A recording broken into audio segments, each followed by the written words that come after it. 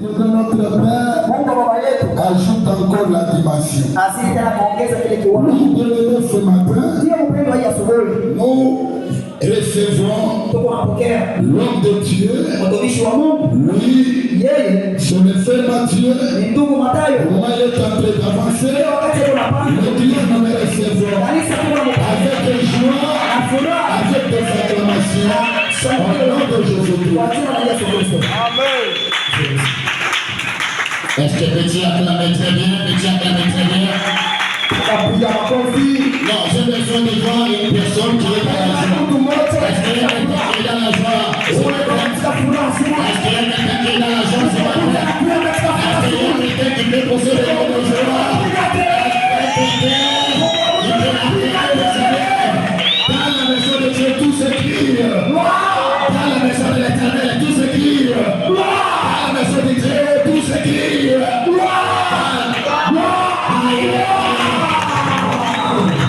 Qui est dans la joie? Qui est dans la joie? Qui est dans la joie ce matin? Est-ce qu'il y a quelqu'un qui est dans la joie ce matin? Ah, si tu es dans la joie, il y a des bouts. Sur les 3 personnes. Si tu es dans la joie, tu vas aller.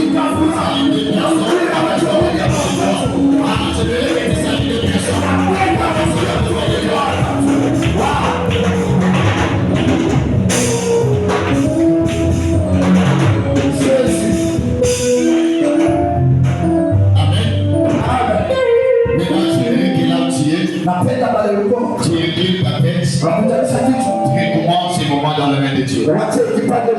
Dis à Dieu, Seigneur, j'ai besoin que tu me parles. J'ai besoin de t'écouter. Que ces paroles puissent avoir de l'impact dans ma vie. Incline ta tête, commence à prier. Yahvé Père, nous te bénissons, nous te rendons grâce. Et nous demandons ce moment dans tes mains. Nous demandons que ta grâce et ta puissance, que ta miséricorde puisse s'émanciper aussi particulièrement. Je sais que tu es le Dieu. Je sais que tu es le Dieu de la force. Je sais que tu es le Dieu puissant.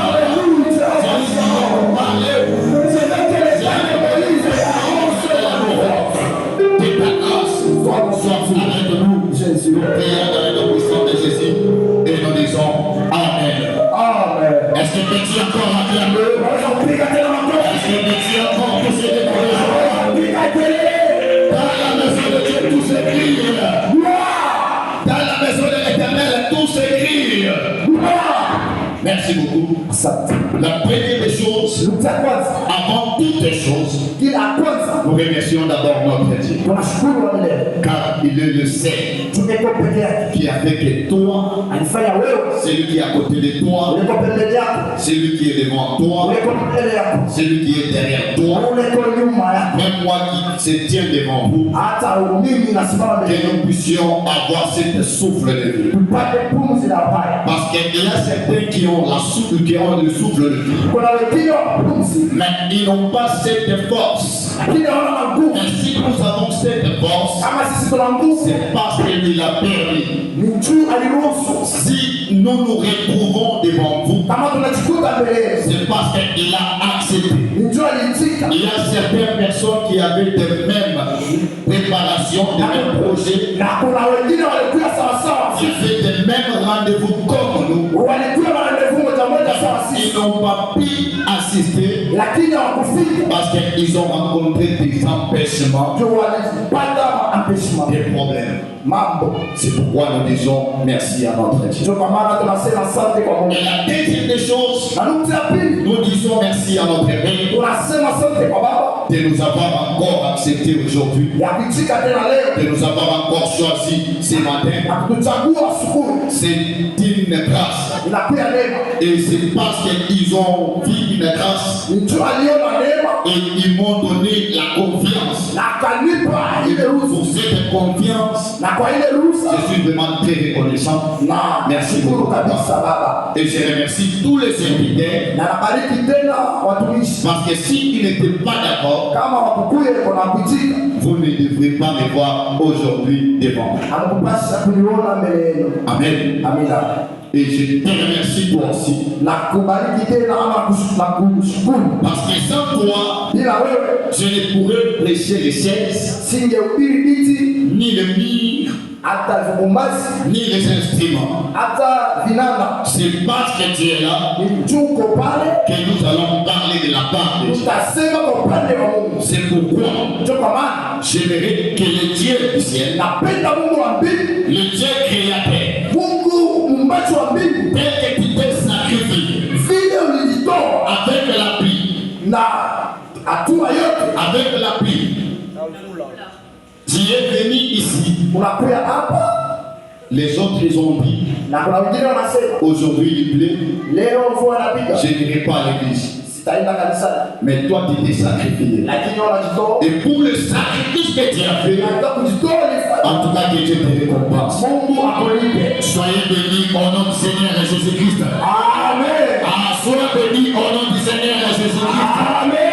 Pour le sacrifice que tu as fait, que Dieu du ciel puisse répondre à ta prière dans le nom du Seigneur Jésus-Christ.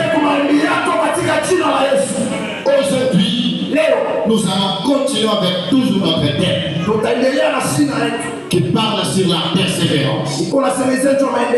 Amen. Nous parlons sur la persévérance. On nous a donné un grand thème qui va nous bénir tellement. Et ce sera pour toute l'année. Qui est intitulé la persévérance. Est-ce que peux-tu dire la persévérance?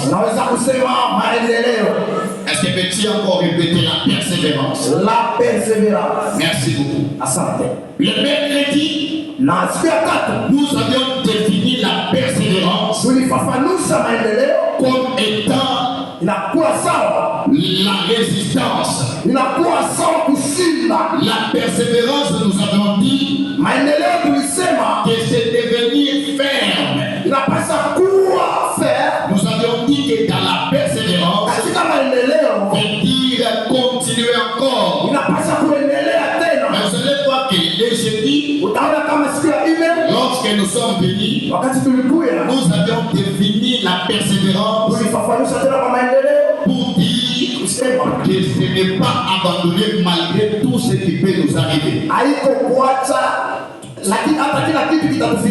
C'est de persévérer malgré les empêchements. Nous avions défini que la persévérance, c'est viser là où nous sommes en train d'aller. Amen. Et vous allez voir que le vendredi, nous avions défini la persévérance comme étant la patience. Amen. Vous allez voir que celui qui est patient dans l'œuvre de Dieu, malgré tout ce qui peut lui arriver, il doit toujours patienter pour recevoir ce qu'il est en train de chercher. Amen. Et vous allez voir, toujours les vendredis, nous avions dit que la persévérance, c'est supporter. Amen. Car lorsque tu supportes, tu sauras maintenant arriver là où tu vas. Maintenant, aujourd'hui, nous allons parler où nous amène la persévérance. Amen. Où nous amène la persévérance. Amen. Parce que vous allez voir beaucoup de gens se disent comment ça? On nous dit seulement de persévérer. On nous dit seulement de persévérer.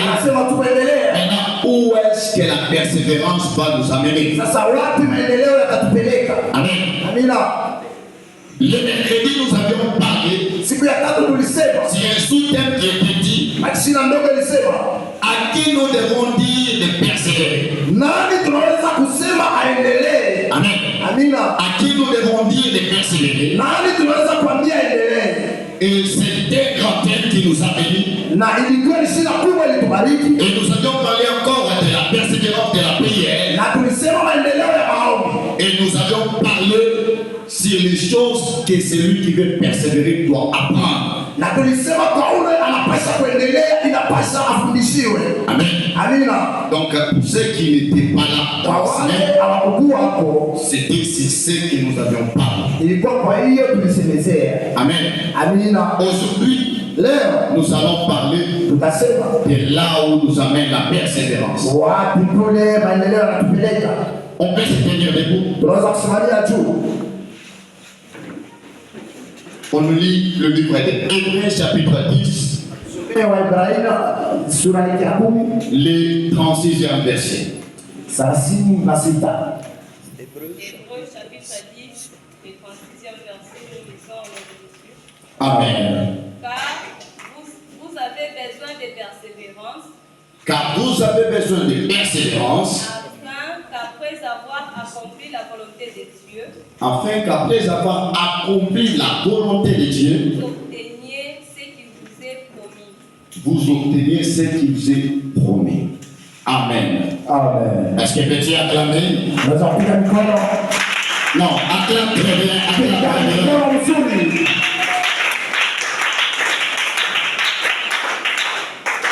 Vous allez voir que dans ces tirs, il y a 3 points qui sont vraiment capitaux. La première des choses, c'est notre thème, qui est la persévérance. On parle là de la persévérance. Et après, il y a un autre point qui est capital. C'est l'accomplissement de la volonté de Dieu. Et le 3e point, c'est l'obtention des promesses de Dieu. Amen. Amen. Vous allez voir, ce verset exhorte aux gens de persévérer. Amen. Amen. Elle exhorte aux gens de persévérer. Pourquoi persévérer? Maintenant, vous allez voir que dans le même verset, on a dit qu'il faut persévérer enfin que vous accomplissiez la volonté de Dieu. Amen. Amen. Donc la persévérance nous amène premièrement d'aller vers la volonté de Dieu. La persévérance nous amène à faire du bien. La persévérance nous amène à faire des choses qui sont glorieuses. Car la volonté de Dieu, la première volonté de Dieu, est que tout le monde soit sauvé. Amen. Amen. Donc cela veut dire quoi? La persévérance fait à ce que les gens deviennent des responsables. Amen. Amen. Donc celui qui persévère, qui ne s'arrête pas, il devient un responsable. Un responsable, c'est qui? C'est quelqu'un qui donne l'exemple. Amen. C'est quelqu'un qui donne l'exemple. Parce que nous sommes des références de Christ. Partout où nous sommes, nous représentons Christ. Et au moment que nous représentons Christ, cela veut dire partout où nous passons, tous les gens doivent voir au moins l'image de Christ en nous. Amen. Et au moment que les gens voient cette image, ils diront que celui-là, même sa manière de parler, ça se ressemble à Christ. Celui-là, ce qu'il fait, ça se ressemble à Christ. Maintenant, c'est dans quoi? c'est qu'est-ce qu'il va faire à ce que les gens voient cela. C'est lorsque nous sommes des responsables et nous accomplissons la volonté de Dieu. Amen. Amen. Donc accomplir la volonté de Dieu, c'est aussi servir Dieu. Amen. Donc cela veut dire quoi? Dieu, il a besoin de lui servir. Et au moment que nous sommes en train de servir Dieu, les gens vont voir comment est-ce que Dieu est en train de lui servir. D'autres personnes maintenant viendra te rejoindre. Amen. Si tu es en train de servir Dieu en train de te lamenter, vous allez voir que ça ne donnera pas du goût. Ça ne donnera pas de l'envie à d'autres personnes de venir suivre Jésus. Lui, il a cette mission. Il nous a laissé, c'est d'aller faire de toutes les nations les disciples. Et comment est-ce que nous allons faire de toutes les nations les disciples? C'est lorsque les dons qu'il a mis en moi, les capacités qu'il a mis en moi, je les mets dans la pratique. Amen. Et lorsque je les mets dans la pratique, vous allez voir que ça va activer une autre personne. C'est lui qui est appelé à me soutenir et venir continuer l'œuvre de Dieu. Mais si je ne persévère pas, j'abandonne. Ou soit aujourd'hui je continue, je viens dans l'œuvre.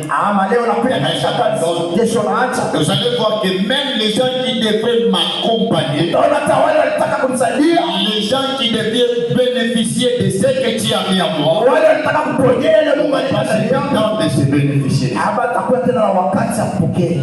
Amen. Donc cela veut dire quoi? Faire la volonté de Dieu, ce n'est pas prier. Amen. J'avais parlé encore de ça. Prier, ce n'est pas faire la volonté de Dieu. Amen. Qui est contre? Prier, ce n'est pas faire la volonté de Dieu. Parce que dans la prière, nous sommes en train de demander à Dieu de nous aider. Amen. Dans la prière, nous sommes en train de dire à Dieu de nous restaurer. Dans la prière, nous sommes en train de dire à Dieu de nous aider dans notre problème, de nous aider dans notre parcours. Maintenant, lorsque tu demandes cela, où est la part de Dieu? Amen. Où est la part de Dieu? Mais la prière devient maintenant servir à Dieu. C'est lorsque tu prends maintenant cette force, tu t'oublies d'abord toi. À la place de prier à ta place, tu commences à prier sur ton voisin. Tu prends les problèmes de l'église, tu commences à prier pour l'église. Maintenant, tu commences à servir Dieu. Et lorsque les gens te voient comme ça, d'autres personnes viennent te rejoindre. Et c'est ce qui forme l'intercession. Amen. Là, tu sers Dieu. Amen. Ce n'est pas tout le monde qui sont appelés d'entrer toujours dans l'intercession. Il y a certaines personnes qui doivent accomplir la volonté de Dieu en allant évangéliser. Amen. Il y a des gens qui vous parlent, qui ont des problèmes. S'il vient ici, il peut te parler même 3 heures du temps. Donc vous pouvez être avec lui, il est en train toujours de parler. Et ce qui te parle, c'est toujours les problèmes de des gens. Ce n'est pas ce que Dieu veut, mais ce que Dieu veut de toi. C'est ce que tu parles. L'énergie que tu as pour parler des problèmes des gens. Ne parle plus des problèmes des gens. Mais parle maintenant. Parler aux gens. Les problèmes de Christ. Amen. Lorsque tu parles des problèmes de Christ, les gens sont fortifiés. Amen. Est-ce qu'on est ensemble? Nous continuons. Et vous savez quoi? D'autres personnes ne savent pas parler. Maintenant, il y a certains qui savent chanter. Il y a certains qui savent jouer au clavier, au drum, etc. Lorsqu'ils sont en train de chanter, vous allez voir que les gens en train de passer un coup de route. Au moment qu'il écoute le commère en train de jouer au drum, en train de jouer très bien au clavier, et vous allez voir que la personne qui est en train de passer, la musique, lorsque ça frappe dans son oreille, la personne vient à Christ. Et par là, vous accomplissez la volonté de Dieu. Amen. Et tout ce que je suis en train d'énumérer, c'est pour dire que la volonté de Dieu est que tout le monde fait quoi? Soit sauvé. Amen. Et que tout le monde soit sauvé. Donc cette capacité qui est en toi, tout ce que Dieu a mis en toi, même l'argent qui est dans ton poche, est appelé de servir Dieu. Vous pouvez me dire comment? Il y a d'autres personnes qui ne viennent pas dans cette église parce qu'il n'y a pas de carreaux, parce qu'on n'a pas encore achevé. Amen. Est-ce que vous pouvez voir un premier ministre, lorsqu'il passe, il regarde la beauté de l'église, il peut voir que ça peut l'attirer, et la personne fait quoi? Vient à Christ. Donc cela veut dire même ton argent